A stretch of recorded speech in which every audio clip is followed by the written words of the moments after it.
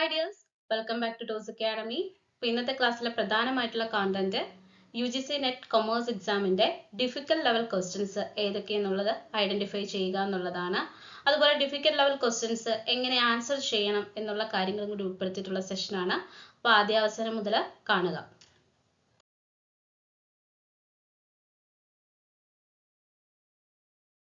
Theory സെഷനേക്കാൾ കൂടുതൽ problem paper ആണ് ഏവർക്കും ഡിഫിക്കൽട്ട് കൺഫ്യൂസിംഗ് ആയിട്ടുള്ളത്. അപ്പോൾ നമുക്കൊരു പ്രോബ്ലം ഏരിയ നോക്കാം. ഇപ്പോൾ റീസെന്റ് ആയിട്ട് നടക്കുന്ന നെറ്റ് എക്സാമിന് വരുന്ന ഒരു പോർഷൻ ആണ് ഗുഡ്വിൽ കാൽക്കുലേഷൻസ്, ക്യാപിറ്റൽ എംപ്ലോയിഡിനെ കുറിച്ചിട്ടൊക്കെ. അപ്പോൾ ഈ ഒരു ക്വസ്റ്റ്യൻ എന്ന് പറയുന്നത് compute the return on total capital employed, net profit, provision for tax, income from investment, fixed assets, current assets, interest on debentures and reserves തന്നിട്ടുണ്ട്. ഇതിന്റെ അടിസ്ഥാനത്തിൽ ടോട്ടൽ ക്യാപിറ്റൽ എംപ്ലോയിഡ് കാൽക്കുലേറ്റ് ചെയ്യുക, അതായത് return on total capital employed calculate ചെയ്യുക എന്നുള്ളതാണ്. അപ്പം നമ്മളിപ്പോൾ total capital employed calculate ചെയ്യണമെന്നുണ്ടെങ്കിൽ അതിന് പല സ്റ്റെപ്സ് ഉണ്ട്. ആദ്യം തന്നെ ടോട്ടൽ ക്യാപിറ്റൽ എംപ്ലോയിഡ് എത്രയാണെന്നുള്ളത് അറിയണം. അതുപോലെ ഓപ്പറേറ്റിംഗ് പ്രോഫിറ്റ് കാൽക്കുലേറ്റ് ചെയ്യണം. ദെൻ നമുക്ക് ഫോർമുല അപ്ലൈ ചെയ്യുമ്പോഴാണ് എന്ത് ആൻസർ ലഭിക്കുന്നത്? Total capital, return on total capital employed ലഭിക്കുന്നത്. സോ അപ്പോൾ അറിഞ്ഞിരിക്കേണ്ട ഒരു കാര്യമാണ് എന്താണ് ടോട്ടൽ ക്യാപിറ്റൽ എംപ്ലോയിഡ് എന്ന് പറയുന്നത്. It's a total amount of capital used for the acquisition of profit by the firm or project. അപ്പോൾ ടോട്ടൽ ക്യാപിറ്റൽ ഉപയോഗിച്ചുകൊണ്ട് ലഭിക്കുന്ന പ്രോഫിറ്റിന്റെ ഒരു എമൗണ്ടിനെയാണ് നമ്മൾ ടോട്ടൽ ക്യാപിറ്റൽ എംപ്ലോയിഡ് എന്ന് പറയുന്നത്. സോ അപ്പോൾ ടോട്ടൽ ക്യാപിറ്റൽ എംപ്ലോയിഡ് കാൽക്കുലേറ്റ് ചെയ്യുന്ന ആദ്യത്തെ സ്റ്റെപ്പിലേക്ക് നമുക്ക് പോകാം. ആദ്യം തന്നെ ടോട്ടൽ ക്യാപിറ്റൽ എംപ്ലോയിഡ് കാൽക്കുലേറ്റ് ചെയ്യുക, അതിനുശേഷമാണ് return on total capital employed calculate ചെയ്യുന്നത്. അപ്പോൾ ടോട്ടൽ ക്യാപിറ്റൽ എംപ്ലോയിഡ് കാൽക്കുലേറ്റ് ചെയ്യുന്നതിന്റെ ഇക്വേഷൻ എന്ന് പറയുന്നത് ടോട്ടൽ ക്യാപിറ്റൽ എംപ്ലോയിഡ് എന്ന് പറയുന്നത് fixed assets, current assets and reserve ഇവയുടെ ഇത്രയും കൂടി സം ആണ്. അതായത് ഇവയുടെ ആകെ തുകയാണ് ക്യാപിറ്റൽ എംപ്ലോയിഡ്, അതായത് ടോട്ടൽ ക്യാപിറ്റൽ എംപ്ലോയിഡ് എന്ന് പറയുന്നത്. അപ്പോൾ fixed asset plus current asset plus reserve is equal to total capital employed. അപ്പോൾ ഫിക്സഡ് അസറ്റ് നമുക്ക് തന്നിട്ടുണ്ട് 45,000 ആണ് ഫിക്സഡ് അസറ്റ് എന്ന് പറയുന്നത് അല്ലെ. അപ്പോൾ കറണ്ട് അസറ്റും തന്നിട്ടുണ്ട്. കറണ്ട് അസറ്റ് എത്രയാണ് തന്നിരിക്കുന്നത്? 1,50,000 ആണ് കറണ്ട് അസറ്റ് തന്നിട്ടുള്ളത്. അപ്പോൾ fixed asset 4,50,000 and current asset 1,50,000 തന്നിട്ടുണ്ട്. സോ ഇതിൽ റിസർവ് എത്രയാണ് നമുക്ക് തന്നിട്ടുള്ളത്? 1 lakh ആണ് എന്തെന്ന് പറയുന്നത് റിസർവ് എന്ന് പറയുന്നത്. സോ ഇപ്പോൾ നമ്മൾ കാൽക്കുലേറ്റ് ചെയ്യുമ്പോൾ ടോട്ടൽ ക്യാപിറ്റൽ എംപ്ലോയിഡ് എന്ന് പറയുമ്പോൾ 4,50,000 പ്ലസ് കറണ്ട് അസറ്റ് ആയിട്ടുള്ള 1,50,000 ആൻഡ് റിസർവ് ആയിട്ടുള്ള 1 lakh കൂടി ആഡ് ചെയ്യുമ്പോൾ നമുക്ക് ലഭിക്കുന്ന 7 lakh ആണ് ടോട്ടൽ ക്യാപിറ്റൽ എംപ്ലോയിഡ് എന്ന് പറയുന്നത്. അപ്പോൾ ക്യാപിറ്റൽ എംപ്ലോയിഡ് കാൽക്കുലേറ്റ് ചെയ്ത് കഴിഞ്ഞാൽ ദെൻ നെക്സ്റ്റ് കാൽക്കുലേറ്റ് ചെയ്യേണ്ട ഒന്നാണ് ഓപ്പറേറ്റിംഗ് പ്രോഫിറ്റ് എന്ന് പറയുന്നത്. അപ്പോൾ ഓപ്പറേറ്റിംഗ് പ്രോഫിറ്റ് കാൽക്കുലേറ്റ് ചെയ്യുക എന്ന് പറഞ്ഞു കഴിഞ്ഞാൽ ഒരു ഫേമിന്റെ നെറ്റ് പ്രോഫിറ്റിനോടൊപ്പം തന്നെ ടാക്സും ഇൻട്രസ്റ്റും, അതായത് ടാക്സ്, ഇൻട്രസ്റ്റ്, പ്രൊവിഷൻ ഇതിന് മുമ്പുള്ള ഇൻകം ആണിതെന്ന് പറയുന്നത് ഓപ്പറേറ്റിംഗ് പ്രോഫിറ്റ് എന്ന് പറയുന്നത്. അപ്പോൾ ഓപ്പറേറ്റിംഗ് പ്രോഫിറ്റ് എന്ന് പറയുമ്പോൾ ടാക്സ് ഡിഡക്ഷനും അതുപോലെ തന്നെ ഡിബഞ്ചർ ഇൻട്രസ്റ്റും കൊടുക്കുന്നതിന് മുമ്പുള്ള ഫിഗർ ആണ്. സോ നെറ്റ് ഫിഗർ അല്ല. അതുകൊണ്ട് തന്നെ നെറ്റ് പ്രോഫിറ്റ് എത്രയാണ് നമുക്ക് തന്നിരിക്കുന്നത്? 1 lakh, provision for tax 1 lakh, interest on debentures 10,000 and income from investment 10,000. So ഇത്രയും കൂടി ആഡ് ചെയ്യുന്നതാണ് എന്തെന്ന് പറയുന്നത് ഓപ്പറേറ്റിംഗ് പ്രോഫിറ്റ് എന്ന് പറയുന്നത്. അപ്പൊ ശ്രദ്ധിക്കേണ്ട കാര്യം എന്ന് പറയുന്നത് ഓപ്പറേറ്റിംഗ് പ്രോഫിറ്റ് എന്ന് പറയുന്നത് നെറ്റ് പ്രോഫിറ്റ്, അതായത് ഈ പറഞ്ഞ റിഡക്ഷൻ കഴിഞ്ഞു വരുന്നതാണ് നെറ്റ് പ്രോഫിറ്റ് എന്ന് പറയുന്നത്. അതിന് മുമ്പുള്ള എമൗണ്ട് ആണ് ഓപ്പറേറ്റിംഗ് പ്രോഫിറ്റ് എന്ന് പറയുന്നത്. അപ്പൊ ഓപ്പറേറ്റിംഗ് പ്രോഫിറ്റ് 2 lakh വരും. സോ ദെൻ നമുക്ക് return on capital employed calculate ചെയ്യാൻ ഈസി ആണ്. കാരണം operating profit divided by total capital employed into 100 ആണ് റിട്ടേൺ ഓൺ ക്യാപിറ്റൽ എംപ്ലോയിഡ് എന്ന് പറയുന്നത്. അപ്പോൾ റിട്ടേൺ ഓൺ ക്യാപിറ്റൽ എംപ്ലോയിഡ് എന്ന് പറയുന്നത് ഏകദേശം 30% വരും. 30% ആണ് ഇതിന്റെ കറക്റ്റ് ആൻസർ എന്ന് പറയുന്നത്.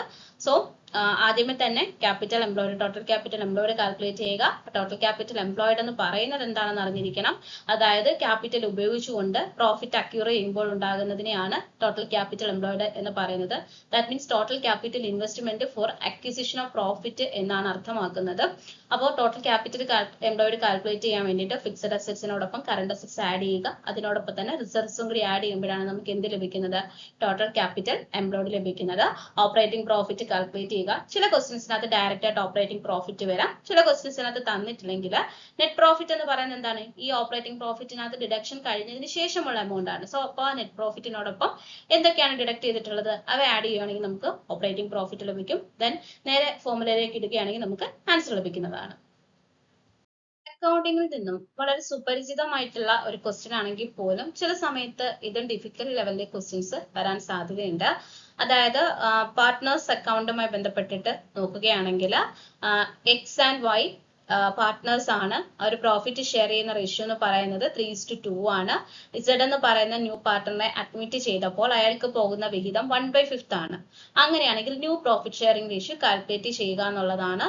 അപ്പൊ new profit sharing ratio calculate ചെയ്യുന്നതിന് മുമ്പ് തന്നെ ആദ്യമേ സ്റ്റെപ്പ് 1 എന്ന് പറയുന്നത് ന്യൂ പാർട്ട്ണറിന്റെ ഷെയർ എത്രയെന്നുള്ളത് തീരുമാനിക്കുക. അതിനുശേഷം എക്സിസ്റ്റിംഗ് പാർട്ട്നേഴ്സ് എത്ര എമൗണ്ട് വീതം കോൺട്രിബ്യൂട്ട് ചെയ്യും അല്ലെങ്കിൽ എത്രത്തോളം ഷെയർ കോൺട്രിബ്യൂട്ട് ചെയ്യും എന്നുള്ളത് കാൽക്കുലേറ്റ് ചെയ്യുക. അതിന്റെ അടിസ്ഥാനത്തിലാണ് പുതിയ പ്രോഫിറ്റ് ഷെയറിംഗ് റേഷ്യോ കണ്ടുപിടിക്കേണ്ടത്. അപ്പോൾ ഇസഡിനെ അഡ്മിറ്റ് ചെയ്യുമ്പോൾ ഇസഡിന് കിട്ടേണ്ട പ്രോഫിറ്റിന്റെ വിഹിതം, അതായത് ലാഭവിഹിതം എന്ന് പറയുന്നത് 1/5 ഷെയർ ആണ് അല്ലെ. അപ്പോൾ 1/5 ഷെയർ ആണ് ഇസഡിന് ലഭിക്കേണ്ടത്. സോ അതിനുശേഷം ബാക്കി എത്രയെന്നുള്ളതാണ് നമ്മൾ കാൽക്കുലേറ്റ് ചെയ്യേണ്ടത്. അപ്പൊ റിമൈനിങ് ഷെയർ എന്ന് പറയുന്നത് 1 മൈനസ് ഇസഡ് ഷെയർ ആണ്. റിമൈനിങ് ഷെയർ എന്ന് പറയുന്നത് 1 മൈനസ് ഇസഡ് ഷെയർ എന്ന് പറയുമ്പോൾ 1 മൈനസ് 1/5 എന്ന് പറയുമ്പോൾ 4/5 ആണ് എന്തെന്ന് പറയുന്നത് റിമൈനിങ് ഷെയർ എന്ന് പറയുന്നത്. അതായത് ഇസഡിന് കൊടുക്കേണ്ടത് 1/5 ഷെയർ ആണ് എക്സിസ്റ്റിംഗ് പാർട്ട്നേഴ്സ്, ബാക്കി വരുന്ന പോർഷൻ എന്ന് പറയുന്നത് 4/5 ആണ്. സോ ഇനി നമ്മൾ കണ്ടുപിടിക്കേണ്ടത് എന്താണ്, allocating the remaining share to X and Y. അതായത് ഈ 4/5 ആർക്കൊക്കെ അലോക്കേറ്റ് ചെയ്യണം, എക്സിനും വൈക്കുമായിട്ട് അലോക്കേറ്റ് ചെയ്ത് കൊടുക്കുക എന്നുള്ളതാണ്. അപ്പം എക്സിന്റെ നേരത്തെ ഉണ്ടായിരുന്ന പ്രോഫിറ്റ് ഷെയറിംഗ് റേഷ്യോ എത്രയാണ്, 3:2 ആണ്. അപ്പൊ 3:2 എന്ന് പറയുമ്പോൾ ടോട്ടൽ പാർട്ട് എന്ന് പറയുന്നത് 5 വരും അല്ലെ. അപ്പൊ എക്സിന്റെ ന്യൂ ഷെയർ എന്ന് പറയുമ്പോൾ 4/5 ഇൻറ്റു 3/5 12/25 വരും. ആൻഡ് വൈയുടെ ഷെയർ എന്ന് പറയുന്നത് ഈ 4/5നോടൊപ്പം തന്നെ 2/5 മൾട്ടിപ്ലൈ ചെയ്യുമ്പോൾ 8/25 ലഭിക്കും. അങ്ങനെയാണെങ്കിൽ ന്യൂ പ്രോഫിറ്റ് ഷെയറിംഗ് റേഷ്യോ എന്ന് പറയുന്നത് 12:8:5 ആണ്. അപ്പൊ ഇതിന്റെ സ്റ്റെപ്പ് ആദ്യമേ തന്നെ ഓർത്തിരിക്കുക. അതായത് പുതുതായിട്ട് ഒരു പാർട്ട്ണറിനെ അഡ്മിറ്റ് ചെയ്യുകയാണെങ്കിൽ അയാളുടെ profit sharing ratio profit share എത്രയാണെന്നുള്ളത് നോക്കുക. ആ പ്രോഫിറ്റ് ഷെയറിന്റെ റിമൈനിങ് പാർട്ട് എടുക്കുക. അതായത് 1/5 പോവുകയാണെങ്കിൽ മൊത്തത്തിൽ 5 ആണുള്ളത്, അതിൽ 1/5 അയാളുടെ ഷെയർ ആയിട്ട് പോവുകയാണെങ്കിൽ ബാക്കിയുള്ള പോർഷൻ 4/5 ആണ് അല്ലെ. ആ 4/5 ബാക്കിയുള്ള രണ്ട് പാർട്ട്നേഴ്സിനുമായിട്ട് അലോക്കേറ്റ് ചെയ്യുമ്പോഴാണ് പുതിയ പ്രോഫിറ്റ് ഷെയറിംഗ് റേഷ്യോ ലഭിക്കുന്നത്. അപ്പൊ മിക്ക ആൾക്കാരും മാച്ച് ദ ഫോളോവിങ്സ് ഒക്കെ കറക്റ്റ് ആയിട്ട് ആൻസർ ചെയ്യുന്നതിന്റെ പ്രധാന കാരണം അറിയാവുന്ന ഏതെങ്കിലും ഒരു ഐറ്റം ഉണ്ടായിരിക്കും. അതിന്റെ ഒരു അസംഷനിൽ നമ്മളൊരു ഓപ്ഷൻ മാർക്ക് ചെയ്യുമ്പോൾ അത് കറക്റ്റ് ആയിട്ട് വരികയും ചെയ്യും. പക്ഷെ എല്ലായ്പ്പോഴും ഈ ഒരു ഭാഗ്യം നമ്മളെ തുണയ്ക്കണമെന്നില്ല. ചിലപ്പോൾ നമുക്ക് എല്ലാ പോയിന്റ്സും അറിഞ്ഞെങ്കിൽ മാത്രമേ എക്സാമിന് കറക്റ്റ് ആൻസർ മാർക്ക് ചെയ്യാൻ സാധിക്കുകയുള്ളൂ. അപ്പോൾ ഈ തന്നിരിക്കുന്നതിനകത്ത് ലിസ്റ്റ് ചെയ്യലെ dumping, kinked revenue curve, horizontal straight line revenue curve and large number of buyers and sellers with differentiated product. അപ്പൊ മിക്ക ആൾക്കാർക്കും അറിയാവുന്ന ഒരു കാര്യം എന്ന് പറയുന്നത് large number of buyers and sellers with differentiated product എന്ന് പറയുന്നത് മൊണോപ്പൊളിസ്റ്റിക് കോമ്പറ്റീറ്റീവ് ഫാമിന്റെ പ്രത്യേകതയാണ്. അപ്പൊ അതുകൊണ്ട് ആ ഒരു ഓപ്ഷൻ കറക്റ്റ് ആയിട്ട് വരുന്നത് ഓപ്ഷൻ സി ആണ് റൈറ്റ് ആയിട്ട് വരുന്നത്. സോ അത് തന്നെയാണ് റൈറ്റ് ആൻസർ. എങ്കിൽ പോലും നമ്മൾ ഇതിൽ ഓരോ പോയിന്റും എന്താണെന്നുള്ളത് അറിഞ്ഞിരിക്കുക, ഓരോ ഐറ്റവും എന്താണെന്നുള്ളത് അറിഞ്ഞിരിക്കുക. അപ്പൊ ഡംപിംഗ് എന്ന് പറഞ്ഞു കഴിഞ്ഞാൽ നമുക്കറിയാം പ്രൈസ് ഡിസ്ക്രിമിനേഷനുമായി ബന്ധപ്പെട്ട് വരുന്ന ഒന്നാണ് ഡംപിംഗ്. അതായത് പൊതുവെ എക്സ്പോർട്ടിങ്ങുമായി ബന്ധപ്പെട്ട് വരുന്ന ഒരു പ്രൈസ് ഡിസ്ക്രിമിനേഷൻ ആണ്. അതായത് എക്സ്പോർട്ടേഴ്സ് അല്ലെങ്കിൽ പ്രൊഡ്യൂസേഴ്സ് അല്ലെങ്കിൽ മാനുഫാക്ചേഴ്സ് ഡൊമസ്റ്റിക് മാർക്കറ്റിനേക്കാളും കുറഞ്ഞ പ്രൈസിൽ ഗുഡ്സ് മറ്റ് രാജ്യങ്ങളിലേക്ക് എക്സ്പോർട്ട് ചെയ്യുമ്പോഴാണ് ഡംപിംഗ് എന്ന് പറയുന്നത്. അപ്പൊ ഡംപിംഗ് ഒരു പ്രൈസ് ഡിസ്ക്രിമിനേഷനറി ആണ്. അതുകൊണ്ട് തന്നെ ഓപ്ഷൻ സിയിൽ തന്നെയാണ് റൈറ്റ് ആൻസർ എന്ന് പറയുന്നത്. ഡംപിംഗ് മാച്ച് ആയിട്ട് വരുന്ന ഐറ്റം എന്ന് പറയുന്നത് ഡിസ്ക്രിമിനേറ്ററി മൊണോപോളിയാണ്. അപ്പൊ ഡിസ്ക്രിമിനേറ്ററി മൊണോപോളിയാണ് കറക്റ്റ് ആൻസർ.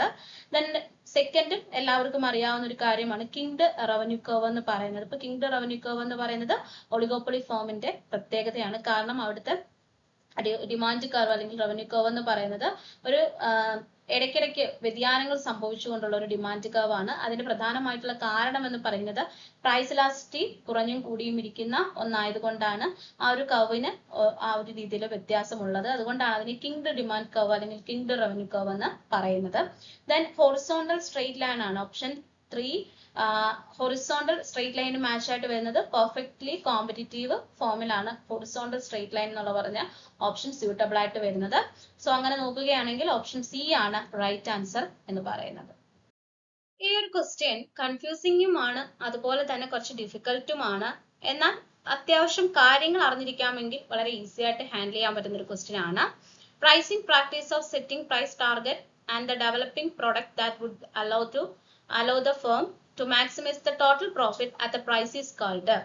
അപ്പോൾ ഇതിനകത്തൊരു പ്രൈസിംഗ് സ്ട്രാറ്റജി ആണ്, അതായത് price target and developing product. ആദ്യം ഒരു ടാർഗറ്റ് പ്രൈസ് സെറ്റ് ചെയ്തതിനു ശേഷമാണ് പ്രൊഡക്റ്റ് ഡെവലപ്പ് ചെയ്യുന്നത്. ഇതിന്റെ പ്രധാനമായിട്ടുള്ള ഉദ്ദേശം എന്ന് പറയുന്നത് എന്താണ്? Maximise the total profit. അതായത് ഈ ഒരു പ്രൈസ് ഡിറ്റർമൈൻ ചെയ്യുന്നത് വഴി ഒരു പ്രൊഡക്റ്റിന്റെ പ്രോഫിറ്റബിലിറ്റി അല്ലെങ്കിൽ ടോട്ടൽ പ്രോഫിറ്റിനെ മാക്സിമൈസ് ചെയ്യുക എന്നുള്ളതാണ് ഈ ഒരു പ്രാക്ടീസിന്റെ പ്രധാനമായിട്ടുള്ള എയിം എന്ന് പറയുന്നത്. സോ ഇങ്ങനെയുള്ള പ്രൈസിംഗ് തന്നെയാണ് പ്രൈസ് ലൈനിങ് എന്ന് പറയുന്നത്. അപ്പോൾ പ്രൈസ് ലൈനിങ് എന്ന് പറയുന്നത് ഈ പറഞ്ഞ ഒരു ടാർഗറ്റ് പ്രൈസ് ഫിക്സ് ചെയ്യുകയും അതിനനുസരിച്ച് ഒരു പ്രൊഡക്റ്റ് ഡെവലപ്പ് ചെയ്യുകയും പ്രോഫിറ്റ് മാക്സിമൈസ് ചെയ്യുക എന്നിട്ടുള്ള ലക്ഷ്യങ്ങളാണ് പ്രൈസ് ലൈനിങ്ങിനകത്ത് ഉൾപ്പെടുന്നത്. അപ്പൊ നമ്മൾ അറിഞ്ഞിരിക്കേണ്ടതായിട്ടുണ്ട് ബാക്കിയുള്ള ഓപ്ഷൻസ് എന്തൊക്കെയാണെന്നുള്ളത്. അപ്പൊ പ്രൈസ് സീലിംഗ് എന്ന് പറയുന്നത് a regulatory limit on the maximum price. അതായത് മാക്സിമം പ്രൈസ് നമുക്ക് ഫിക്സ് ചെയ്യാം, പക്ഷെ അതിന്റെ ഒരു റെഗുലേറ്ററി ലിമിറ്റ് ഉണ്ട് അല്ലെ, ഇത്ര ലെവൽ വരെ പോകാവൂ എന്നുള്ള ഒരു റെഗുലേറ്ററി ലിമിറ്റിനെയാണ് നമ്മൾ പ്രൈസ് സീലിംഗ് എന്ന് പറയുന്നത്. ഇനി എന്താണ് പ്രൈസ് മാച്ചിങ് എന്ന് പറയുന്നത്? ഈ strategy where the match competitors lower price. അതായത് എപ്പോഴും നമ്മുടെ പ്രൈസിംഗ് സ്ട്രാറ്റജി എന്ന് പറയുന്നത് കോമ്പറ്റീറ്റേഴ്സിനേക്കാളും ലോവർ ലെവലിലുള്ള പ്രൈസ് ഫിക്സ് ചെയ്യുമ്പോഴാണ് കോമ്പറ്റീഷൻ അല്ലെങ്കിൽ മാർക്കറ്റിൽ എപ്പോഴും പിടിച്ചു നിൽക്കാൻ പറ്റുന്നത് അല്ലെ. അപ്പൊ ഈ ഒരു സ്ട്രാറ്റജി എന്ന് പറയുന്നത് business match the competitors lower price എന്നുള്ളതാണ്. ദെൻ പ്രൈസ് ലൈനിങ് നമ്മൾ ഓൾറെഡി പറഞ്ഞു, setting different price for different product within the product line to maximise profit. അതായത് പലതരത്തിലുള്ള പ്രൊഡക്ട്സ് ഉണ്ടായിരിക്കാം അല്ലെ, ആ പലതരത്തിലുള്ള പ്രൊഡക്ട്സിന് പല രീതിയിലുള്ള പ്രൈസ് ഫിക്സ് ചെയ്തുകൊണ്ട് പ്രോഫിറ്റ് മാക്സിമൈസ് ചെയ്യുക എന്നുള്ളതാണ്. ആൻഡ് പ്രൈസിംഗ് പവർ ഉണ്ട്. പ്രൈസിംഗ് പവർ എന്ന് പറയുന്നത് the ability to raise the price without losing customers. അതായത് കസ്റ്റമേഴ്സിനെ നഷ്ടപ്പെടുത്താതെ പ്രൈസ് ഇൻക്രീസ് ചെയ്യുക എന്നുള്ളതാണ് പ്രൈസിംഗ് പവർ എന്ന് പറയുന്നത്. ഇപ്പൊ ഒരു എക്സാമ്പിൾ പറയുകയാണെങ്കിൽ ഗോൾഡിന്റെ കേസ് എടുക്കുകയാണെങ്കിൽ നമുക്കറിയാം ഓരോ ദിവസം കഴിയുന്നതും ഗോൾഡിന്റെ വില കൂടി വരും. പക്ഷെ പ്രൈസ് എത്ര കൂടിയാണ് കസ്റ്റമേഴ്സിന്റെ അളവിൽ വലിയ മാറ്റം വരത്തില്ല. സോ അതൊരു പ്രൈസിംഗ് പവറിന് എക്സാമ്പിൾ ആണെന്ന് പറയാം. ഏറിയ പങ്കാൾക്കാരും ഒഴിവാക്കുന്ന ഒരു ക്വസ്റ്റ്യൻ ആണ്. ഇതുപോലെ ഒരു ഇൻഫർമേഷൻ തന്നിട്ട് അതിന്റെ അടിസ്ഥാനത്തിൽ ഒരു 3 to 5 ക്വസ്റ്റ്യൻസ് അതിനെ റിലേറ്റ് ചെയ്ത് വരും. സോ ഈ ഒരു ക്വസ്റ്റ്യൻ പലരും ഒഴിവാക്കാനുള്ള മെയിൻ റീസൺ എന്ന് പറയുന്നത് പ്രോബ്ലം പേപ്പേഴ്സ് ആയിരിക്കും പൊതുവെ ഇങ്ങനെ വരുന്നത്. അപ്പൊ ഇനി നിങ്ങൾ ഈ ഒരു ക്വസ്റ്റ്യൻ ഒഴിവാക്കണ്ട, വളരെ ഈസി ആയിട്ട് തന്നെ നമുക്കത് കാൽക്കുലേറ്റ് ചെയ്യാൻ സാധിക്കും. ഇപ്പൊ selling price, variable manufacturing cost, അതുപോലെ selling price per unit, fixed factory overhead, fixed selling cost തുടങ്ങിയിട്ടുള്ള കാര്യങ്ങൾ തന്നിട്ടുണ്ട്. അതിന്റെ അടിസ്ഥാനത്തിൽ നമ്മൾ എന്ത് കണ്ടുപിടിക്കണം? പ്രോഫിറ്റ് വോളിയം റേഷ്യോ, അതുപോലെ break even point in units തുടങ്ങിയവ കാൽക്കുലേറ്റ് ചെയ്യണം. ഇപ്പൊ പ്രോഫിറ്റ് വോളിയം റേഷ്യോന്റെ കേസ് എടുക്കുകയാണെങ്കിൽ പ്രോഫിറ്റ് വോളിയം റേഷ്യോ അഥവാ PV റേഷ്യോനെ കോൺട്രിബ്യൂഷൻ റേഷ്യോ എന്നും കോൺട്രിബ്യൂഷൻ മാർജിൻ എന്നും അറിയപ്പെടുന്നുണ്ട്. അപ്പൊ പ്രോഫിറ്റ് വോളിയം റേഷ്യോ കാൽക്കുലേറ്റ് ചെയ്യുന്നത് 2 പ്രധാനമായിട്ടും കാര്യങ്ങൾ വേണം. ഒന്നെന്ന് പറയുന്നത് സെല്ലിംഗ് പ്രൈസും, മറ്റൊന്നെന്ന് പറയുന്നത് എന്താണ്? വേരിയബിൾ കോസ്റ്റുമാണ് വേണ്ടത് അല്ലെ. അപ്പം സെല്ലിംഗ് പ്രൈസിനോടൊപ്പം അല്ലെങ്കിൽ സെയിൽസിനോടൊപ്പം വേരിയബിൾ കോസ്റ്റ് കുറയ്ക്കുമ്പോഴാണ് നമുക്ക് എന്ത് ലഭിക്കുന്നത്? പ്രോഫിറ്റ്, അതായത് കോൺട്രിബ്യൂഷൻ ലഭിക്കുന്നത്. പ്രോഫിറ്റ് അല്ല, കോൺട്രിബ്യൂഷൻ ലഭിക്കുന്നത്. അപ്പം ഈ ഒരു കോൺട്രിബ്യൂഷന്റെ അടിസ്ഥാനത്തിലാണ് നമ്മൾ പ്രോഫിറ്റ് വോളിയം റേഷ്യോ കാൽക്കുലേറ്റ് ചെയ്യപ്പെടുന്നത്. ആക്ച്വലി പ്രോഫിറ്റിനെ പോലെ തന്നെ ഒന്നാണ് കോൺട്രിബ്യൂഷൻ എന്ന് പറയുന്നത്. അപ്പോൾ പ്രോഫിറ്റിന്റെ ഒരു വാല്യൂ ഫിഗർ എന്ന് വേണമെങ്കിൽ നമുക്ക് കോൺട്രിബ്യൂഷനെ പറയാൻ സാധിക്കും. ഓക്കെ, അപ്പൊ കോൺട്രിബ്യൂഷൻ കാൽക്കുലേറ്റ് ചെയ്യാൻ എന്തൊക്കെയാണ് വേണ്ടത്? സെല്ലിംഗ് പ്രൈസും അതുപോലെ വേരിയബിൾ കോസ്റ്റും. ഓർത്തിരിക്കുക, സെയിൽസിനോടൊപ്പം വേരിയബിൾ കോസ്റ്റ് കുറയ്ക്കുമ്പോഴാണ് നമുക്ക് കോൺട്രിബ്യൂഷൻ ലഭിക്കുന്നത്. അപ്പൊ സെയിൽസ് 20 യൂണിറ്റ് ആണ് തന്നിട്ടുള്ളത്. അപ്പൊ 20 minus variable cost per unit എത്രയാണ്? 11 and 3 ആണ്. കാരണം വേരിയബിൾ മാനുഫാക്ചറിംഗും ഉണ്ട്, വേരിയബിൾ സെല്ലിംഗും ഉണ്ട്. അപ്പൊ ഇത് രണ്ടും കൂടി ചേർന്ന ടോട്ടൽ ആണ്, നമുക്ക് ടോട്ടൽ വേരിയബിൾ കോസ്റ്റ് ആണ് വേണ്ടത് അല്ലെ. അപ്പൊ 20 മൈനസ് 11 പ്ലസ് 3 എന്ന് പറയുമ്പോൾ നമുക്ക് എത്ര ആൻസർ വരുന്നത്? കോൺട്രിബ്യൂഷൻ മാർജിൻ പെർ യൂണിറ്റ് 6 വരും. ഓക്കെ, ദെൻ നമുക്ക് നേരെ ഫോർമുലയിലേക്ക് പോവുകയാണെങ്കിൽ കോൺട്രിബ്യൂഷൻ ഡിവൈഡഡ് ബൈ സെയിൽസ് ആണ് പ്രോഫിറ്റ് വോളിയം റേഷ്യോ എന്ന് പറയുന്നത്. മറ്റൊരു രീതി പറയുകയാണെങ്കിൽ sales minus variable cost divided by selling പ്രൈസും പ്രോഫിറ്റ് വോളിയം റേഷ്യോ തന്നെയാണ്. അപ്പൊ ഇവിടെ കോൺട്രിബ്യൂഷൻ കാൽക്കുലേറ്റ് ചെയ്യാൻ കോൺട്രിബ്യൂഷൻ 6ഉം അതുപോലെ തന്നെ സെല്ലിംഗ് പ്രൈസ് എന്ന് പറയുന്നത് 20ഉം ആണ് അല്ലെ. അപ്പൊ 6/20 × 30 എന്ന് പറയുമ്പോൾ 30% ആണ് ആൻസർ എന്ന് പറയുന്നത്. അപ്പൊ ക്വസ്റ്റിനകത്ത് തന്നിരിക്കുന്ന ഇൻഫർമേഷന്റെ അടിസ്ഥാനത്തിൽ നമ്മൾ ഒന്നിലേറെ കാര്യങ്ങൾ ചിലപ്പോൾ കാൽക്കുലേറ്റ് ചെയ്യപ്പെടേണ്ടതായിട്ട് വരും. കാരണം ഇവിടെ കോൺട്രിബ്യൂഷൻ ഡയറക്റ്റ് ആയിട്ട് തന്നിട്ടില്ല അല്ലെ. അപ്പൊ കോൺട്രിബ്യൂഷൻ ആദ്യമേ കാൽക്കുലേറ്റ് ചെയ്യണം. കോൺട്രിബ്യൂഷൻ കാൽക്കുലേറ്റ് ചെയ്യാൻ സെയിൽസിനോടൊപ്പം വേരിയബിൾ കോസ്റ്റ് കുറയ്ക്കുക. സോ നെക്സ്റ്റ് പറയുകയാണെങ്കിൽ അതുമായി റിലേറ്റ് ചെയ്ത് വരുന്ന ഒരു ക്വസ്റ്റ്യൻ ആണ് break even point in unit calculate ചെയ്യുക എന്നുള്ളത്. അപ്പോൾ break even point in unit calculate ചെയ്യാൻ വേണ്ടിയിട്ട് ടോട്ടൽ ഫിക്സഡ് കോസ്റ്റിനോടൊപ്പം കോൺട്രിബ്യൂഷൻ ഡിവൈഡ് ചെയ്യാനാണ് പതിവ്. അപ്പോൾ ഇവിടെ ടോട്ടൽ ഫിക്സഡ് കോസ്റ്റ് എന്ന് പറയുമ്പോൾ ഓവർഹെഡ് കോസ്റ്റും എടുക്കണം, അതുപോലെ സെല്ലിംഗ് കോസ്റ്റും എടുക്കണം. അപ്പോഴാണ് ടോട്ടൽ ഫിക്സഡ് കോസ്റ്റ് ലഭിക്കുന്നത് അല്ലെ. അപ്പോൾ ടോട്ടൽ ഫിക്സഡ് കോസ്റ്റ് എന്ന് പറയുമ്പോൾ 7,92,000 വരും. ആൻഡ് കോൺട്രിബ്യൂഷൻ 6 ആണ് അല്ലെ. അപ്പോൾ break even point in unit എന്ന് പറയുന്നത് എത്ര വരും? 1,32,000 യൂണിറ്റ് ആണ് ബ്രേക്ക് ഈവൻ പോയിന്റ് യൂണിറ്റ് എന്ന് പറയുന്നത്. അപ്പൊ ബ്രേക്ക് ഈവൻ പോയിന്റ് എന്ന് പറയുമ്പോൾ അറിയാലോ, ആ ഒരു പർട്ടിക്കുലർ പോയിന്റിൽ എത്തുമ്പോൾ ഒരു ഫേമിന് പ്രോഫിറ്റും ഇല്ല ലോസും ഇല്ല. എക്സ്പെൻസ് എന്ന് പറയുന്നത് അല്ലെങ്കിൽ ടോട്ടൽ ഇൻകം എന്ന് പറയുന്നത് ആ ഒരു എക്സ്പെൻസിനെ കവർ ചെയ്യാൻ മാത്രമാണ് അല്ലെ. സോ അങ്ങനെ വരുന്ന സിറ്റുവേഷൻ ആണ് ബ്രേക്ക് ഈവൻ പോയിന്റ് എന്ന് പറയുന്നത്. അപ്പൊ ആ ഒരു പോയിന്റ് യൂണിറ്റ് എന്ന് പറയുന്നത് 1,32,000 ആണ് ആൻസർ എന്ന് പറയുന്നത്. സോ അടുത്തത് കണ്ടുപിടിക്കേണ്ടത് which one of the following is break even point in terms of rupees ആണ്. അപ്പൊ break even point in sales ആണ് ഇനി നമ്മൾ കാൽക്കുലേറ്റ് ചെയ്യേണ്ടത്. break even point in unit നമ്മൾ കാൽക്കുലേറ്റ് ചെയ്ത് കഴിഞ്ഞു. ഇനി break even point in sales ആണ് കാൽക്കുലേറ്റ് ചെയ്യേണ്ടത്. അപ്പൊ break even point in sales calculate ചെയ്യാൻ, break even point in unit calculate ചെയ്യാൻ വളരെ ഈസി ആണ്. കാരണം break even point യൂണിറ്റിനോടൊപ്പം സെല്ലിംഗ് പ്രൈസ് മൾട്ടിപ്ലൈ ചെയ്യുമ്പോൾ break even point in rupees അല്ലെങ്കിൽ break even point in sales നമുക്ക് ലഭിക്കും. അതായത് നമുക്ക് break even point in unit എത്ര കിട്ടിയിരിക്കുന്നത്? 1,32,000 ആൻഡ് ഇൻറ്റു സെല്ലിംഗ് പ്രൈസ് എത്രയാണ്? 20 പെർ യൂണിറ്റ് ആണ് അല്ലെ. അപ്പോൾ 1,32,000 ഇൻറ്റു 20 എന്ന് പറയുമ്പോൾ 2,64,000 ആണ് ആൻസർ ആയിട്ട് വരുന്നത്. അപ്പോൾ വളരെ ഈസി ആയിട്ട് നമുക്ക് കാൽക്കുലേറ്റ് ചെയ്യാൻ സാധിക്കും. ചിലപ്പം ഒരു ക്വസ്റ്റ്യൻ അല്ലെങ്കിൽ അതിനെ റിലേറ്റ് ചെയ്തിട്ടാണ് പിന്നെ വരുന്ന ക്വസ്റ്റ്യൻസ് എല്ലാം തന്നെ. അതിൽ ആദ്യമേ ഒരു കാൽക്കുലേഷൻ കറക്റ്റ് ആണെങ്കിൽ ബാക്കി സെയിം നമുക്ക് അതേപോലെ തന്നെ ക്രാക്ക് ചെയ്യാൻ സാധിക്കുന്നവയാണ്.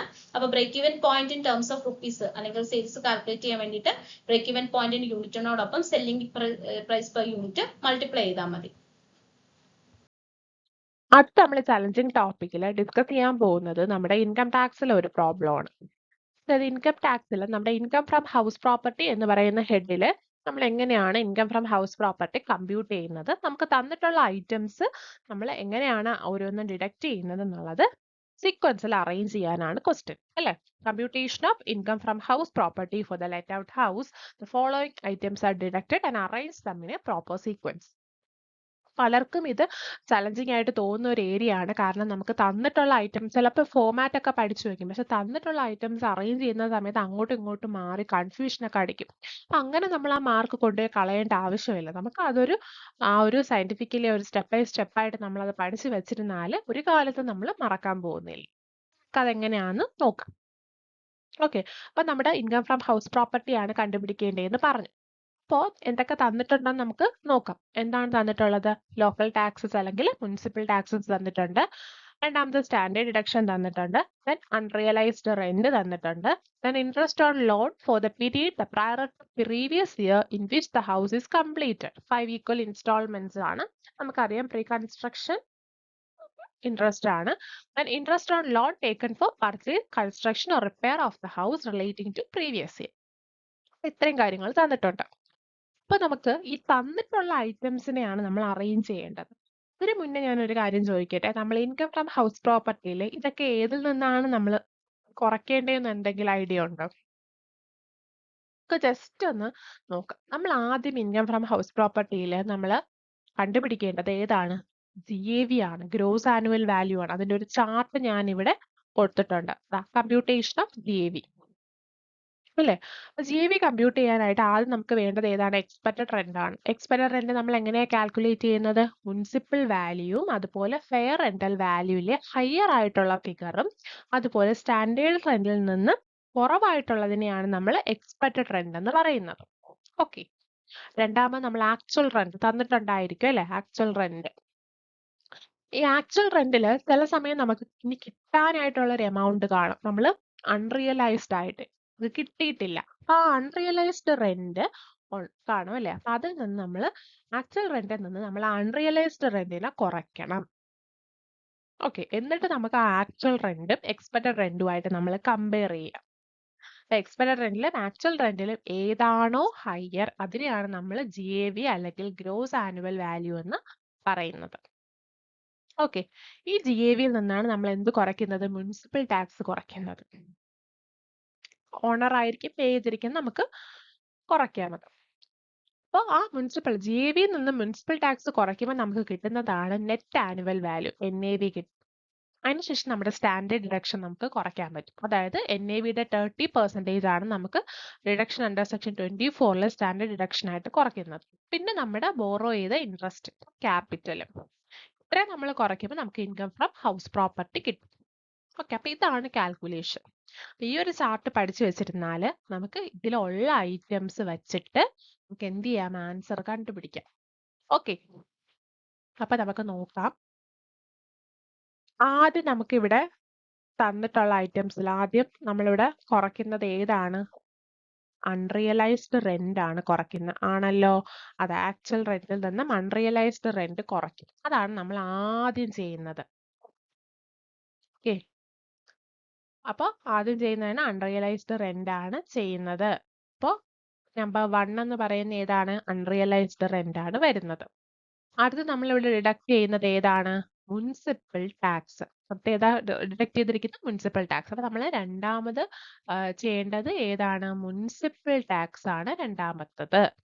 ഓക്കെ, അത് കഴിഞ്ഞിട്ട് നമ്മൾ എന്ത് ചെയ്യുന്നുണ്ട്? സ്റ്റാൻഡേർഡ് ഡിഡക്ഷൻ ആണ് കുറയ്ക്കുന്നത്, അല്ലേ? സ്റ്റാൻഡേർഡ് ഡിഡക്ഷൻ എന്ന് പറയുന്നത് നമ്മൾ 30% കുറയ്ക്കുന്നതിനെയാണ് സ്റ്റാൻഡേർഡ് ഡിഡക്ഷൻ എന്ന് പറയുന്നത്. അപ്പം അതാണ് തേർഡ് വൺ വരുന്നത്. ഏതാ? Standard deduction. ഓക്കെ, നെക്സ്റ്റ് നമുക്ക് രണ്ട് ഇൻട്രസ്റ്റ് ഉണ്ട്. ഒന്ന് പ്രീവിയസ് ഇയറിനെ കണക്ട് ചെയ്യുന്നതും ഒന്ന് നമ്മൾ പ്രീ കൺസ്ട്രക്ഷൻ പീരീഡിലെ ഇൻട്രസ്റ്റിൽ 5 ഈക്വൽ ഇൻസ്റ്റാൾമെന്റ് ആയിട്ട് തിരിക്കുന്നത്. അപ്പൊ നമ്മൾ ആദ്യം കുറയ്ക്കേണ്ടത് പ്രീവിയസ് ഇയറിലെ ഇൻട്രസ്റ്റ് ആണ്.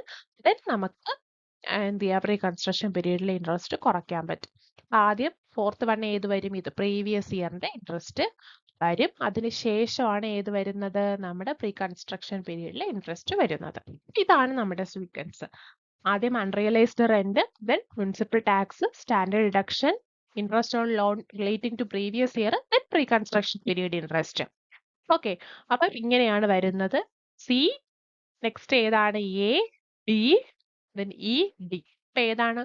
നമ്മുടെ സെക്കൻഡ് ആണ് കറക്റ്റ് ആയിട്ടുള്ള ഓപ്ഷൻ. ഏതാണ്? Second option. ക്ലിയർ ആണല്ലോ? അപ്പൊ നമ്മൾ ഈ ഒരു ചാർട്ട് പഠിച്ചു വെച്ചിട്ടുണ്ടെങ്കിൽ നമുക്ക് ഈസി ആയിട്ട് ഇത് കാൽക്കുലേറ്റ് ചെയ്യാവുന്നതാണ്. എല്ലാവർക്കും ക്ലിയർ ആണല്ലോ? ഓക്കെ, അടുത്തതായിട്ട് നമ്മൾ നോക്കാൻ പോകുന്നത് നമ്മുടെ മാർക്കറ്റിംഗ് മാനേജ്മെന്റിലെ ഒരു ക്വസ്റ്റ്യൻ ആണ്. ക്വസ്റ്റ്യൻ നമുക്ക് നോക്കാം. Arrange the following stages of consumer decision making process in a sequential order with regard to a young person, Divya. അപ്പൊ ക്വസ്റ്റ്യൻ മനസ്സിലായല്ലോ. നമ്മുടെ കൺസ്യൂമർ ഡിസിഷൻ മേക്കിംഗ് പ്രോസസ്സിന്റെ പല സ്റ്റേജസ് ഇവിടെ പ്രൊവൈഡ് ചെയ്തിട്ടുണ്ട്. അത് നമ്മൾ പഠിച്ചിട്ടുള്ള രീതിയിൽ നമ്മൾ സീക്വൻഷ്യൽ ഓർഡറിൽ അറേഞ്ച് ചെയ്യാം. ഇത് യങ് പേഴ്സൺ ആയിട്ടുള്ള ഒരു ദിവ്യയുടെ സിറ്റുവേഷൻ ആണ് പ്രൊവൈഡ് ചെയ്തിട്ടുള്ളത്. ഓക്കെ, അപ്പോൾ എല്ലാവർക്കും കൺസ്യൂമർ ഡിസിഷൻ മേക്കിംഗ് പ്രോസസ് ഒക്കെ ഈസി ആയിട്ടുള്ള ടോപ്പിക് ആയിരിക്കും. പക്ഷെ ഇതെങ്ങനെയാണ് ചലഞ്ചിങ് ആകുന്നതെന്ന് വിചാരിച്ചു കഴിഞ്ഞാൽ പലരും ഇത് അറിയാന്നുള്ള ഏരിയ ആണെന്നൊക്കെ കരുതി ഈ ഓരോ സെന്റൻസ് എന്ത് ചെയ്യും, പെട്ടെന്ന് അങ്ങ് ഓടിച്ച് വായിച്ചിട്ട് എടുത്തയാടി അങ്ങ് ആൻസർ അങ്ങ് കൊടുക്കും. അപ്പൊ ഒരു സ്റ്റെപ്പ് അങ്ങോട്ടും ഇങ്ങോട്ടും മാറിയാൽ തന്നെ നമ്മുടെ മാർക്ക് അവിടെ നമുക്ക് എന്ത് ചെയ്യും? പോയി കിട്ടും. അപ്പൊ നമ്മൾ എന്ത് ചെയ്യുക? കറക്റ്റ് ആയിട്ട് വായിക്കുക. എന്താ സിറ്റുവേഷൻ, നമ്മൾ പഠിച്ച സ്റ്റേജസുമായിട്ട് അതിനെ കണക്ട് ചെയ്യാൻ പറ്റണം. ഓക്കെ, അല്ല നമ്മുടെ സിറ്റുവേഷൻ തരുമ്പോൾ നമുക്കത് പെട്ടെന്ന് അങ്ങ് ആൻസർ ചെയ്യുകയല്ല ചെയ്യേണ്ടത്. കെയർഫുൾ ആയിട്ട് വേണം നമ്മൾ ഓരോ കാര്യങ്ങളും ചെയ്യാനായിട്ട്. അപ്പൊ നമുക്ക് ക്വസ്റ്റ്യനിലോട്ട് പോവാം. അപ്പൊ നമ്മൾ ആദ്യം ഈ കൺസ്യൂമർ ഡിസിഷൻ മേക്കിംഗ് പ്രോസസ്സിന്റെ സ്റ്റെപ്സ് ഒന്ന് നമുക്ക് നോക്കാം. ഓക്കെ, സ്റ്റെപ്സ് എന്ന് പറയുന്നത് നമുക്ക് 5 സ്റ്റെപ്പാണ് നമ്മൾ പഠിച്ചിട്ടുള്ളത്. Okay, 5 steps. അതിലെന്ന് പറയുന്നത് നമ്മളൊരു സാധനം വാങ്ങുമ്പോൾ, ഒരു പ്രോഡക്റ്റ് വാങ്ങുമ്പോൾ നമ്മൾ ആദ്യം നമുക്ക് പ്രോബ്ലം റിക്കഗ്നൈഷൻ വേണം. അതായത് നമുക്കൊരു നീഡ് വേണം, അല്ലെ? നമുക്കൊരു നീഡ് വേണം, ഒരു ആവശ്യം വരുമ്പോഴാണ് നമ്മളൊരു പ്രോഡക്റ്റ് പർച്ചേസ് ചെയ്യുന്നത്, ആണല്ലോ. ഒരു കൺസ്യൂമർ ഒരു സാധനം പർച്ചേസ് ചെയ്യുമ്പോൾ അവർക്ക് അതിനുള്ളൊരു നീഡ് വേണം. ഇപ്പൊ നമ്മൾ കുട വാങ്ങുകയാണ്. കുട വാങ്ങുമ്പോൾ നമുക്ക് ആ ഒരു നീഡാണ്, നമുക്ക് മഴയത്തും വെയിലത്തും ഒക്കെ പോകണം. നമ്മളെ കുട, നമ്മുടെ കയ്യിൽ ഉണ്ടായിരുന്ന കുട എന്തായി? കേടുപറ്റിപ്പോയി. അപ്പൊ നമ്മൾ എന്ത് ചെയ്യണം? അപ്പൊ അങ്ങനെ ഒരു നീഡ്, കുട ഇല്ല, കുട എന്തായിപ്പോയി? കേടുപറ്റിപ്പോയെന്ന് പറയുന്ന ഒരു നീഡ് അവിടെ ഉണ്ട്. അപ്പൊ നമ്മൾ ആ പ്രോബ്ലം ആണ് ആദ്യം ഐഡന്റിഫൈ ചെയ്യുന്നത്. ഓക്കെ, നെക്സ്റ്റ് അതിന് എന്ത് ചെയ്യും? ഇൻഫർമേഷൻ സെർച്ച് നടത്തും, അല്ലെ? നമ്മൾ ഏത് ടൈപ്പ് കുട വാങ്ങിച്ചാൽ നന്നായിരിക്കും, അല്ലെ? ഏതൊക്കെ ബ്രാൻഡ്സ് ഓഫ് കുടകൾ അവൈലബിൾ ആണ്, അതിനെപ്പറ്റിയൊക്കെ നമ്മൾ ഒരുപാട് അന്വേഷിക്കും. വീട്ടുകാരുടെ അടുത്തൊക്കെ അന്വേഷിക്കും, ഒരു കുട വാങ്ങിച്ചാലോ, അപ്പൊ എങ്ങനത്തെ കുട വാങ്ങിക്കുന്നതായിരിക്കും നല്ലത് എന്നൊക്കെയുള്ള നമ്മൾ ഇൻഫർമേഷൻസ് ഒരുപാട് ഗ്യാദർ ചെയ്യും രണ്ടാമത്തെ സ്റ്റെപ്പിൽ. അടുത്ത മൂന്നാമത്തെ സ്റ്റെപ്പിൽ ഇവാലുവേഷൻ ഓഫ് ആൾട്ടർനേറ്റീവ്. ഇപ്പൊ ഓരോരുത്തരും ഓരോ അഭിപ്രായം പറയും. ഇന്ന കുട വാങ്ങിക്കുക, ആ കുട വാങ്ങിക്കുക, ഈ കുട വാങ്ങിക്കുക എന്നൊക്കെ ഒരുപാട് ഓൾട്ടർനേറ്റീവ്സ് പ്രൊവൈഡ് ചെയ്യും എല്ലാവരും കൂടെ. നമ്മൾ അതിൽ നിന്ന് ബെസ്റ്റ് ആയിട്ടൊരു ആൾട്ടർനേറ്റീവ് എന്ത് ചെയ്യുക, സെലക്ട് ചെയ്യണം അല്ലേ, തേർഡ് ആയിട്ട്. എന്നിട്ട് ഫോർത്തിൽ നമ്മൾ എന്ത് ചെയ്യും, ഇന്ന കുട നമ്മൾ വാങ്ങാൻ തീരുമാനിച്ചു, പോപ്പിയുടെ നാനോ കുട വാങ്ങാം എന്ന് പറഞ്ഞാൽ നമ്മൾ എന്ത് ചെയ്യുക, ആ ഒരു പർച്ചേസ് ഡിസിഷൻ അവിടെ എടുക്കുക ഫോർത്ത് സ്റ്റെപ്പിൽ.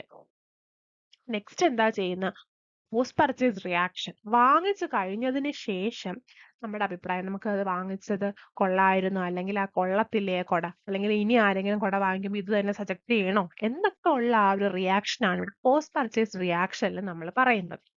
ഓക്കെ, അപ്പൊ ഇതാണ് നമ്മുടെ സ്റ്റെപ്സ്. പ്രോബ്ലം ഐഡന്റിഫൈ ചെയ്തു, അതിനെപ്പറ്റി ഇൻഫർമേഷൻസ് ഗ്യാദർ ചെയ്തു, ആൾട്ടർനേറ്റീവ്സിനെ ഇവാലുവേറ്റ് ചെയ്തതിന് ശേഷം ഒരു ഡിസിഷനിൽ എത്തുകയും അതിനുശേഷം നമ്മുടെ പോസ്റ്റ് പർച്ചേസ് റിയാക്ഷൻസും ആണ് നമ്മുടെ സ്റ്റെപ്സിൽ വരുന്നത്. ഓക്കെ, അപ്പോ ഇവിടെ നമുക്ക് തന്നിട്ടുള്ള ഈ ഒരു സിറ്റുവേഷനുമായിട്ട് നമുക്ക് ഈ സ്റ്റെപ്സിന് എന്ത് ചെയ്യണം, കണക്ട് ചെയ്യണം. അപ്പൊ നമുക്ക് നോക്കാം. ആദ്യം നമുക്ക് ഇതൊക്കെ ഒന്ന് വായിച്ചു നോക്കാം. Looks four A specific color and showroom delivery as she does not want to beach. Narrows down to a dark grey color of a specific brand. Belongs to an executive group and all her colleagues have their own vehicles. Use media and other social channels to collect information about different models. Feel that fuel efficiency should be the most critical factor while making a choice. ഇത്രയും കാര്യങ്ങൾ ഇവിടെ ഉണ്ട്. Okay, അപ്പൊ നമുക്ക് തോന്നിയ problem ഇതിൽ ഏതാ? Specific colour നോക്കുന്നതോ അല്ലെങ്കിൽ ഗ്രേ കളറിലോട്ട് നാരോ ചെയ്യുന്നതോ ഒന്നും എനിക്കൊരു പ്രോബ്ലം ആയിട്ട് തോന്നിയില്ല. സോഷ്യൽ ചാനലിൽ നിന്ന് ഇൻഫർമേഷൻ സെർച്ച് ചെയ്യുന്നതും അല്ല. ഫ്യൂവൽ എഫിഷ്യൻസി ആണ് മോസ്റ്റ് ക്രിട്ടിക്കൽ ഫാക്ടർ എന്ന് പറയുന്നത് ഒരു പ്രോബ്ലം അല്ല. പക്ഷെ പ്രോബ്ലം ഏതാ നമുക്ക് തോന്നിയ problem? Is belong to an executive group and all her colleagues have their own vehicles. Executive ഗ്രൂപ്പിൽ പെടുന്ന ഒരാൾക്ക് അവരുടെ കൂടെയുള്ള എല്ലാ കൊളീഗിനും വെഹിക്കിൾ ഉണ്ട്. അപ്പോൾ അവർക്ക് എന്ത് ചെയ്യില്ല, വെഹിക്കിൾ ഇല്ല. അതൊരു പ്രശ്നം തന്നെ അല്ലേ? നമ്മുടെ കൂടെയുള്ള കൂട്ടുകാർക്കൊക്കെ വെഹിക്കിൾ ഉണ്ട്, അപ്പൊ എനിക്ക് വെഹിക്കിൾ ഇല്ല അല്ലെ, എനിക്ക് ഫോൺ ഇല്ല, എല്ലാവർക്കും ഫോൺ ഉണ്ട്. അപ്പൊ അതൊരു പ്രോബ്ലം തന്നെയാണ് അല്ലെ. അപ്പൊ നമ്മൾ ആദ്യം നമ്മുടെ പ്രോബ്ലം ഐഡന്റിഫൈ ചെയ്തിരിക്കുന്നത് മൂന്നാമത്തെ സ്റ്റെപ്പിലാണ്. അപ്പൊ മൂന്നാമത്തെ സ്റ്റെപ്പാണ് നമ്മുടെ ആദ്യത്തെ സ്റ്റേജ് എന്ന് പറയുന്നത്. നെക്സ്റ്റ് എന്താ ചെയ്യുന്നത്? നമ്മൾ ഒരുപാട് ഇൻഫർമേഷൻസ് എന്ത് ചെയ്യണം, സെർച്ച് ചെയ്യണം. പിന്നെ നമ്മൾ പ്രോബ്ലം ഐഡന്റിഫൈ ചെയ്യുമ്പോൾ നമുക്കൊരു ക്രിട്ടിക്കൽ ഫാക്ടറും കൂടെ നമ്മൾ ഐഡന്റിഫൈ ചെയ്യുന്നുണ്ട്. അതായത് ഇപ്പൊ ഇവിടെ നമ്മൾ ഇൻഫർമേഷൻ സെർച്ച് ചെയ്യുന്നതിന് മുന്നേ നമ്മളൊരു സ്വന്തമായിട്ട് വെഹിക്കിൾ വേണം. പക്ഷെ അതിന് മുന്നേ നമുക്കൊരു ക്രിട്ടിക്കൽ ഫാക്ടറും കൂടെ ഇവിടെ പറഞ്ഞിട്ടുണ്ട്. അതായത് feel that fuel efficiency would be the most critical factor while making a choice. അപ്പൊ ആദ്യം തന്നെ ഒരു ക്രിട്ടിക്കൽ ഫാക്ടർ ഇവിടെ എടുത്തു വെച്ചിട്ടുണ്ട് രണ്ടാമതായിട്ട്. എന്നിട്ടാണ് എന്ത് ചെയ്യുന്നത്, ഇൻഫർമേഷൻസ് സെർച്ച് ചെയ്യുന്നത്. അപ്പൊ ഇത് രണ്ട് പ്രോബ്ലം ഗ്രൂപ്പിൽ വരുന്നതാണ്. എന്നിട്ട് നമ്മൾ ഇൻഫർമേഷൻസ് മീഡിയയിൽ നിന്നൊക്കെ എന്ത് ചെയ്യും, കളക്ട് ചെയ്യും അല്ലെ. അതിനുശേഷം എന്താ ചെയ്യുന്നത്, നമ്മൾ ഓൾട്ടർനേറ്റീവ്സ് ഇവാലുവേറ്റ് ചെയ്യും. ഇവിടെ എന്താണ്, ഒരു സ്പെസിഫിക് കളറിന് വേണ്ടി നോക്കുന്നു. അതുപോലെ ഷോറൂം ഡെലിവറി, അതുപോലെ അയാൾക്ക് വെയിറ്റ് ചെയ്യേണ്ട ആവശ്യമില്ല. അപ്പൊ അതാണ് അടുത്ത് നോക്കിയത്. നമ്മൾ പർച്ചേസ് ഡിസിഷന് മുന്നേ ഉള്ള ഓൾട്ടർനേറ്റീവ്സിൽ ആ ഒരു സ്പെസിഫിക് കളറിനെ പറ്റിയിട്ട്, ഷോറൂം ഡെലിവറിയെ പറ്റിയിട്ടൊക്കെയാണ് നോക്കിയത്.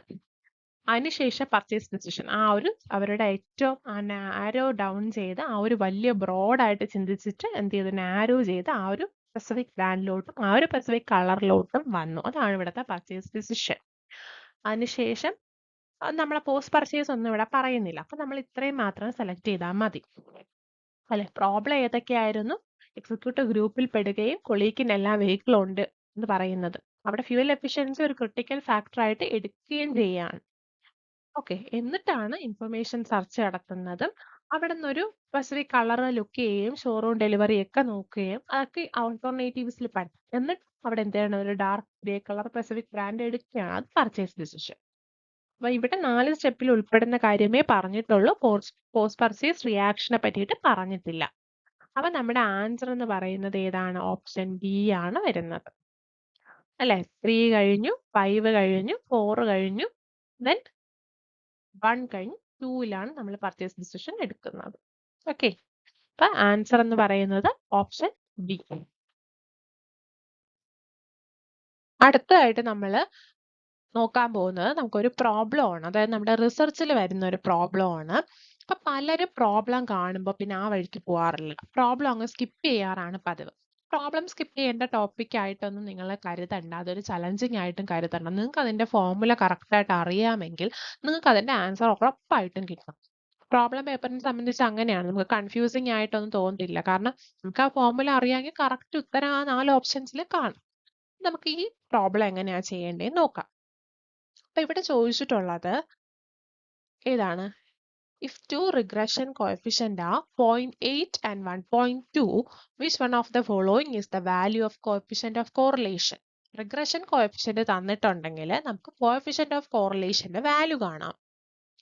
അതെങ്ങനെയാ? അതിന് മുന്നേ നമ്മൾ അതിന്റെ ഫോർമുല അറിയണം അല്ലെ? കോഎഫിഷ്യന്റ് ഓഫ് കോറിലേഷൻ കാണാനുള്ള ഫോർമുല നമ്മൾ അറിയണം. റിഗ്രഷൻ കോഎഫിഷ്യന്റ് തന്നിട്ടുണ്ടെങ്കിൽ എങ്ങനെ കോഎഫിഷ്യന്റ് ഓഫ് കോറിലേഷൻ നമ്മൾ കാണും? നമുക്കത് നോക്കാം. അപ്പൊ കോഎഫിഷ്യന്റ് ഓഫ് കോറിലേഷൻ കാണേണ്ട ഫോർമുല എന്ന് പറയുന്നത് R is equal to എന്ത് ചെയ്യുക? രണ്ട് റിഗ്രഷൻ കോഎഫിഷ്യന്റിനെയും മൾട്ടിപ്ലൈ ചെയ്ത് സ്ക്വയർ റൂട്ട് എടുക്കുക. അല്ലെ? അപ്പൊ ഇവിടെ ഏതാണ്? ഒന്ന് 0.8ഉം അതുപോലെ മറ്റേത് ഏതാ? 1.2. അപ്പൊ 0.8ഉം നമ്മൾ എന്ത് ചെയ്യാം? 1.2ഉം തമ്മിൽ മൾട്ടിപ്ലൈ ചെയ്യണം.